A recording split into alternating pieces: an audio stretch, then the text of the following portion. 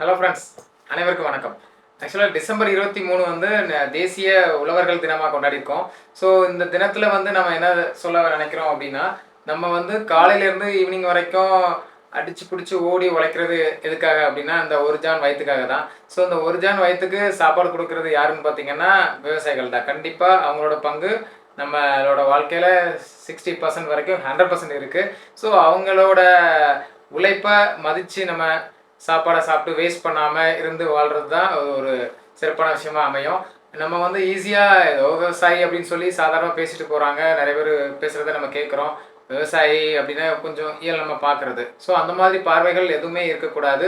நமக்கு 3 வேளை சாப்பாடு சாப்பிட்றதுக்கு அவங்க சேத்துல காலை வச்சு உழைக்கிறாங்க. நிறைய படத்தில் டைலாக்ஸ் பார்த்துருப்போம். ஸோ அதெல்லாம் ஒரு உண்மையான விஷயந்தான். வெறும் டைலாக்ல மட்டும் இல்லாமல் நிஜ வாழ்க்கையிலையும் அவங்களுக்கு ஒரு மதிப்பளித்து அதை கண்டிப்பாக போற்றணும் எல்லாருமே. ஸோ இந்த நிலையில நான் சொல்ல வர்றது என்னென்னா, அவங்கள கண்டிப்பாக ஒரு மதிப்பு கொடுத்து பார்க்கணுங்கிறது என்னோட கருத்து.